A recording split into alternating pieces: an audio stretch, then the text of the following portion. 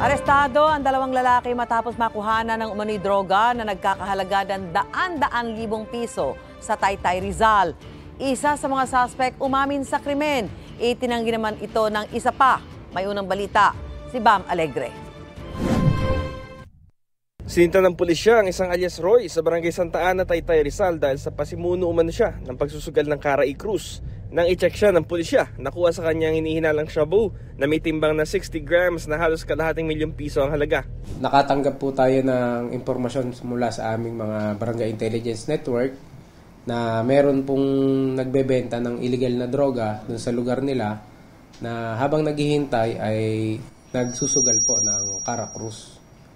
Then, upon verification, validation ng mga operatiba natin, ay nakita nila na nandun nga yung tinutukoy na tao at kung saan nung kanilang lapitan, nahuli nila sa akto na nagsusugal yung. Itinatanggi ng suspect ang mga paratang sa kanya. Isusundo po ako nun. Sa asawa ko po.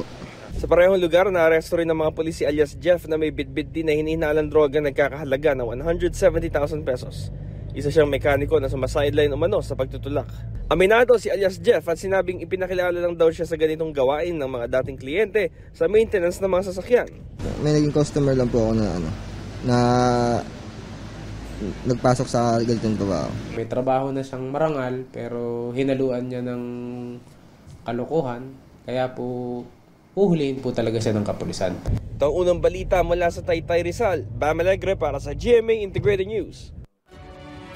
Mga kapuso, para una ka sa mga balita, mag-subscribe sa GMA Integrated News sa YouTube. Sa mga kapuso abroad, subaybayan niyo po kami sa GMA Pinoy TV at sa www.gmanews.tv.